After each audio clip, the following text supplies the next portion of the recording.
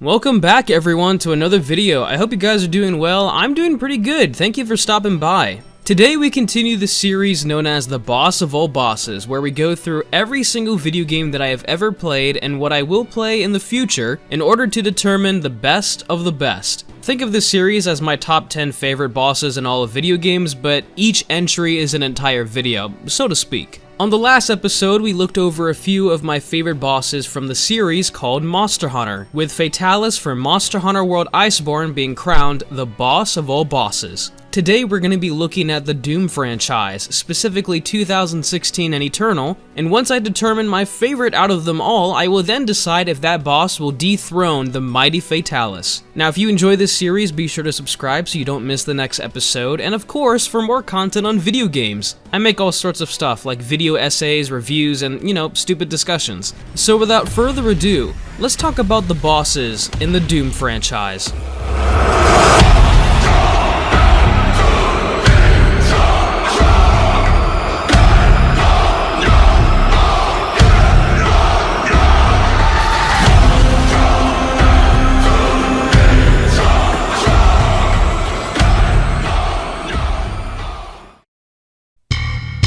Now, unlike Monster Hunter, Doom doesn't really have that many bosses. Thank goodness. There are only 9 in total for today's episode, so I can actually sit down and talk about every single one, which is what I plan on doing for the other games. It's just that Monster Hunter has over, well, it's carry the one, 500 million, so you can understand why, I couldn't talk about every single one. So let's make this video nice and organized. We're gonna start in Doom 2016 and work our way up to the final DLC in Doom Eternal. And the first boss is none other than the Cyber Demon. The Cyber Demon is iconic. He's brutal, and mixed with the atmosphere of Doom 2016, he's intimidating. And that's actually a good point that I didn't realize until now, because many of the bosses in Doom Eternal are cool, yeah, but they don't carry the fear or intimidation of, well, freaking demons. Eternal had this arcade-like vibe to it, which I don't mind, but it did put, a small damper on the atmosphere of certain bosses. Anyways, out of all the other demons, this one decides to face you head-on and take you down. And even remembers you a little bit. That's nice. This boss fight is quite simple. Here's a demon, shoot it until it dies. And honestly, it's a lot of fun. And I know some of you are thinking, well, isn't that every boss in this game? And yeah, you're correct, but there's always extra steps. With the Cyber Demon, it's a clean one-on-one fight. He pops in, says hello, and then boom, you're fighting within a caged arena. However, I would say the strongest aspect about the Cyber Demon is the music.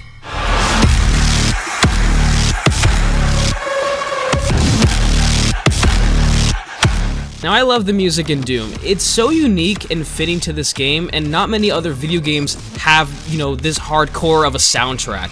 And funny enough, my favorite theme within the franchise is Cyber Demons. Now, after yanking out his core, the Slayer is then brought to the gates of hell, where the Cyber Demon is then resurrected by the power of love and friendship. Now, I really like this second phase because, well, 1, it's unexpected, and 2, it allows for you to enjoy the Cyber Demon for a little bit longer. Sometimes the boss is so simplistic and good that a second phase doesn't need much more.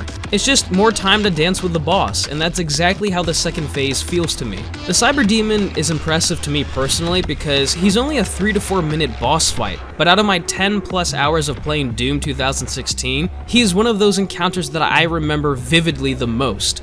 And honestly, what a great start. Now let's move on to the Hell Guardians. Yes, I said Guardians, because there are 3 to fight. My PTSD is already kicking in from Dark Souls, but these guys are actually not too bad. The first phase is without question the worst part, because this Guardian turtles behind a force field, which will be a reoccurring story for a few bosses coming later on in Eternal. As it stands with the Guardians, it's mainly used for the first phase, and I'm just not a big fan of it. It's not, too bad, honestly, especially when compared to a later boss. However, once you defeat the first one, 2 Guardians jump in at the same time, and these 2 don't use any force fields, so it's, it's fair game. I like the constant shift of focus between the 2 Guardians. It's a fun fight. However, there's really nothing else I can really say about them. Even on higher difficulties, they aren't really, much of a threat, so they're on the lower side of the spectrum of difficulty. Although I have to say, the glory kills are, dare I mention, glorious. I should become a YouTuber. Also, they spin around like ballerinas, and I find that hilarious. And finally, wait, are we? Yeah. Final boss of Doom 2016, that's crazy. The Spider Mastermind. This encounter starts with a well-deserved cutscene of Olivia Pierce facing the consequences of messing with a Ouija board. After being transformed into the Spider Mastermind, looks pretty painful in my opinion, I was met with a fantastic fight altogether. Like, this is how you do a weak spot for a boss fight. Don't hide behind a force field, that's boring. Allow for the player to consistently hit that weak spot while the rest of the body is impenetrable. That's fine with me. It also makes sense here because, you know, the weak spot is her huge freaking brain. So yeah, that's fair. I also have to give credit to the arena here because I absolutely love the grotesque design of the walls, the floor being drenched in blood, and the lightning within the background. It's all very good. And again, it adds on to the intimidation of this boss. It's actually one of my favorite boss arenas in all of video games. Now, the Spider Mastermind has a whole arsenal of attacks that include laser beams, explosions, and of course, how could I forget, a biomechanical turret. But there's more to a boss than having multiple attacks or combos. It's the presentation and animation of those attacks that really sell it. Fatalis, for example, positions himself low and wide in order to spread his flames further around the entire arena. Or when he winds up his ultimate attack, he almost braces for impact, as the flames burn the entirety of Castle Schrade. These attacks feel more organic and they look so much better when presented in this fashion. The Spider Mastermind could just shoot you with the turret facing right side up, but no, it decides to turn itself upside down to allow for a better angle. These small details do not go unnoticed by me, and I have to say I really enjoy the creativity here. Actually, what's really fascinating is that over time, as you deal more damage, the Spider Mastermind becomes noticeably weaker during the fight. Kinda sounds familiar to me. I can't really put my finger on it though. Shooting lasers out of a large brain spider demon never looked more pitiful when it can barely stand up on its own 4, 6, however many legs it has. Funny enough, that's actually what killed me first time through, because the weird angle from the lasers when it's, you know, on its side, it threw me off and I died. Which again, it's cool, because it makes the fight feel that much more organic, and I'm glad they added that detail. Even though when I'm clearly out of ammo, the Doomslayer can still fire the BFG, but I digress. The Spider Mastermind is an excellent boss that I don't really have any issues with, not to say that it's perfect or immediately better than Fatalis, but I thought it was a great way to end Doom 2016. Speaking of 2016, let's add a 4 to that number and make it 2020, the year where Doom Eternal was released. Great transition. So the first boss in Doom Eternal is called the Doomhunter, and now I know what you're thinking. Yes, the Doomhunter becomes a mini-boss later on in the campaign, I get that. However, its first appearance is presented as a boss, so I'm counting it for this list. I know the Marauder has his own cutscene, I get that, but he's more like a mini-boss. He didn't even have a health bar, so you won't see him here. The Doomhunter has a decent build-up throughout the level in the form of mini cutscenes showing you the progression of his weapons and structure. I thought it was pretty cool, you know, not half bad. And it made me excited, you know, first time I was playing through the game, I was like, oh, there's a boss here. I can't wait to fight it. And once I did find the boss arena, it was alright. I like how fast the pacing was. I mean, in general, I love the pacing of Eternal, but this boss fight is the first one of the game, so naturally it's going to be easier and settle the player into, you know, the mechanics of the game. So I get that. Then how do we fix this boss? Let's think about this for a second. I got it. Let's add 2 Doomhunters, because that hasn't been done before, especially in your own franchise. Now, I actually don't mind this idea of adding 2 of the same boss, but in this certain case, you know what that says to me? It says that the Doomhunter alone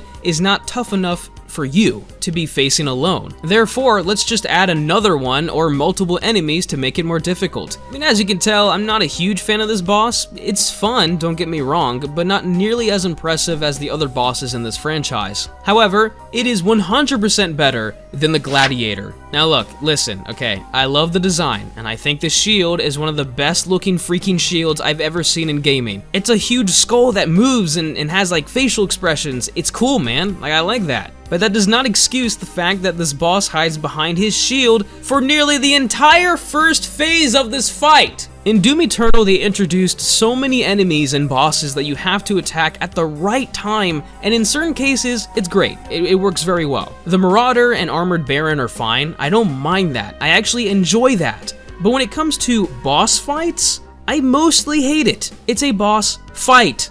Let me fight you. Don't cower behind a shield the entire time and expect to win. It's like facing a person who always blocks in Mortal Kombat or Super Smash. It's annoying and I want to kill myself. I don't even care about the second phase. The first phase was so annoying that the Gladiator is definitely my least favorite boss in the Doom franchise. Next! Ah yes, the Conmaker. She's actually involved quite frequently within the story, and this makes her one of the primary villains of the campaign. So when I finally got to face her, I thought to myself, it's about time to shut her up. I'm so ready. And then it devolved quickly into the floor is lava simulator, which is, I mean, outdated, no, but in all seriousness, I actually did enjoy this fight, like a lot. First time through, she was extremely difficult because I had no idea what I was doing. I actually went back to get footage of some Eternal bosses for this video, and this time around, she was fairly easy because I knew how this fight was gonna go, and it was still a lot of fun. That's when you know a boss is great, or at least good, when you face them many times before, you know exactly how to exploit their weaknesses, and you still have a grand time with them. That's quite literally every single boss in the Soulsborne universe, and don't worry, that too shall be covered. Compared to other bosses in Doom, her fight is a bit complex, so let's break it down real quick. She has 6 health bars, okay, with every single one being tougher than the next. In order to damage the Conmaker, you can shoot her just like normal, okay? She doesn't have any barrier or force field until she reaches the end of whatever life bar you are on. Now once that happens, you're supposed to use the meat hook on the super shot. I can't say I tried the shotgun. I mean, you get the idea. You pull her in, chest orb, punch it with blood punch. You get it. And then the fight essentially resets. As the boss battle continues, the arena becomes more hazardous and covered in flames or electricity, whatever you want to call it, demon energy. Now what makes this fight really difficult is that your healing and ammo are hard to obtain. In other boss fights, you have these basic enemies that deal basically no damage and can be easily abused for whatever resource is needed at the time. The Conmaker, her assistants, are known as Maker drones that need, first of all, 3 gas tanks in order to chainsaw for ammo, which that's not gonna happen, and they actually do quite a bit of damage, so they're kinda dangerous. Even when I do kill them, they only drop health, but no ammo, unless you kill them with a headshot. Easier said than done, by the way, but with certain abilities it's not too bad, but still 10 times more difficult than just having basic enemies. Not to mention that the Conmaker herself is throwing like mystical objects and teleporting around, so you have to think about that too. Overall though, I really enjoyed this fight. There were so many things to balance on your plate, and this boss challenged my current skills when it came to Doom Eternal. As the second to last boss in the main campaign, I would say that the Conmaker was exceptionally well done. You know, very good fight.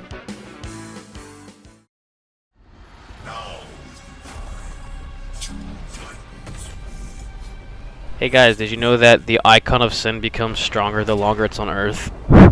Isn't that crazy? Anyways, the Icon of Sin is the final boss of the main campaign before the DLC. He's a giant creature that sits in the background of the arena, but at the same time is the center of focus, which I find really intriguing. I like the concept of breaking his armor and then breaking his flesh into 5 pieces, if that's the right term to use, but you get it, there's like 10 pieces in total to break. I think it's an interesting mechanic that I don't see too often from other bosses. However, I can't really fight the boss sometimes because I'm too busy being overrun by an entire colonization of demons trying to enter my nutsack. It's not a difficult situation, but it acts like a detour around the boss rather than just letting me fight the behemoth in the background. Like, for example, Remnant from the Ashes, okay? 95% of their bosses have minions within the arena, and that's okay because that's how the game is structured. They don't distract you from your main goal. And you can argue this for Doom as well, and that's actually essentially what it is. It's a balancing act. But it's also important to note that your source of healing in Doom is from minions, meaning you kinda have to interact with them semi-frequently. Like at this point, it's personal preference. I prefer bosses that are a 1v1 situation rather than having an entire army to go through first. And again, Doom is about fast movement and balancing everything on the screen, so I get why they stuck to it. And despite all I've said, you know, the Icon of Sin is the better of the bunch when it comes to, you know, balancing everything. I think it does a very good job. And his arena is easy to navigate and use to your advantage, so you know, it's fine. I like it. Now we can discuss the 2 bosses of the Ancient Gods DLC, starting with the Seraphim. I don't know how you guys feel about this boss, but I would rather become a simp in Far Cry 3 again than ever fight this boss, ever. Now this is my personal opinion, so let me explain why I very much dislike this boss. First of all, spirits are involved. Spirits, for the uninitiated, are new enemies in this DLC that possess other demons and make them literally 10 times stronger. And they can only be killed by the microwave mod on the plasma rifle. If you fail to do so, the spirit will then possess another demon. There are multiple phases within this fight where 2 possessed demons pop up at the same time, and it's just a nightmare. I don't understand the fun that can be obtained, and frankly I'm sad about it because this boss could have been so much more. Then within the other phases, the Seraphim is teleporting around, hiding from the Slayer and summoning electric floating eyeballs that you can't get rid of. There are lasers forming a diagram around the entire arena, and other tough enemies spawn too, not just basic enemies, tough ones. Like, there's so much artificial difficulty here that I despise it. I'm pretty sure that all of my deaths came from anything other than the Seraphim. And again, I know that Doom is a fast-paced action game that's about balancing things on the screen, but I feel like the Seraphim fight is just poorly done. And let's actually talk about the Seraphim himself, because I don't even remember what attacks he does. And I actually reviewed my footage for this video because I got some more obviously for the video, and I don't think I saw the boss for more than half of the freaking fight. Like, he was just teleporting around, and you know, I had to fight the spirits. It's just like, whatever happened to fighting a boss and getting a good look at his or her abilities and moveset? Again, I feel like the focus was not on the boss, rather just everything else, and I really just don't like the Seraphim, okay? So let's move on to the last boss for today's video.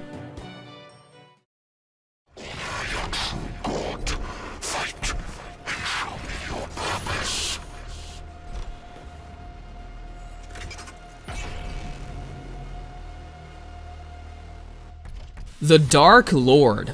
Considering he is you in the demon world, he's expected to be a tough opponent, and he is, for the most part. Like the Conmaker, the Dark Lord is a bit complex, so let's go through everything in style.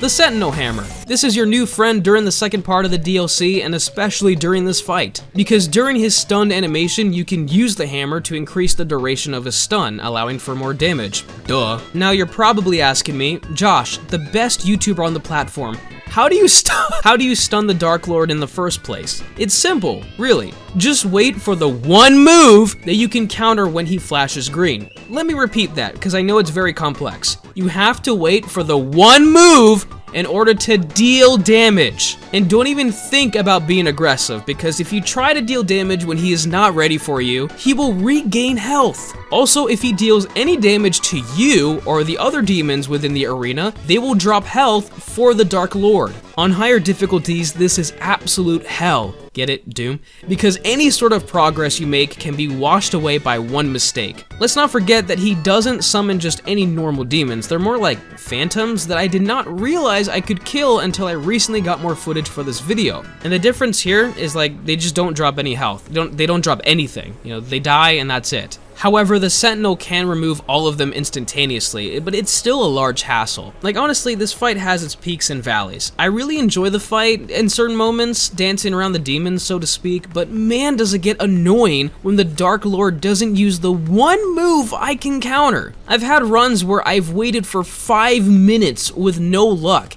and it's not fun. Like, this is what I'm talking about. Stop giving bosses this mechanic where I can only attack during a short time window. It draws out the fight in a mechanical way, and it stops the flow of action. Besides that, the Dark Lord overall was good. Not great, but good. So, we are now towards the conclusion of today's episode. Out of all of the Doom bosses, which one is my favorite? I've thought about this for the past 2 minutes, and I think it's safe to say that the Cyber Demon from 2016 is my favorite out of the 9 we talked about today. The Cyber Demon is the core aspect of Doom, shooting a huge demon and having a lot of fun doing so. No weak spots or complex mechanics, it's very simple. Not to mention the second phase was an unexpected surprise that added another layer to the fight. Like, you really can't go wrong with this boss.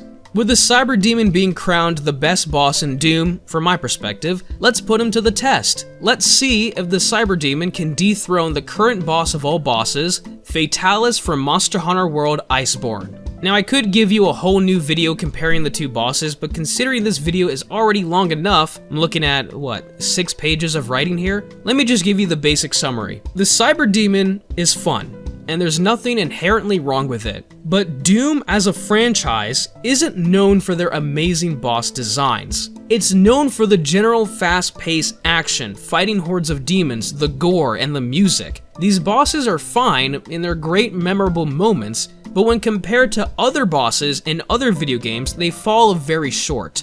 Fatalis is better in almost every single way from a gameplay perspective, and this is excluding the multiplayer aspect. I know that Fatalis and other bosses should be taken down with others. As a matter of fact, one of my favorite things about Fatalis is the multiplayer aspect, but I'm strictly looking at the boss and their overall design from a single player perspective so that it's fair to other bosses that can only be faced alone. Even then, Fatalis is leagues ahead of the Cyber Demon in almost every single way. The only aspect the Cyber Demon has over Fatalis is the music, and even then, I'm still debating, between that. Fatalis just has so much more meat to it than the Cyber Demon, and again, it's not really anyone's fault. The structure of Doom simply does not support fantastic bosses, while Monster Hunter is all about boss fights and their designs. Even though the simplicity of the Cyber Demon plays in the favor when compared to other Doom bosses, the complexity of Fatalis, the different phases, and the overall structure of that boss fight cannot be ignored.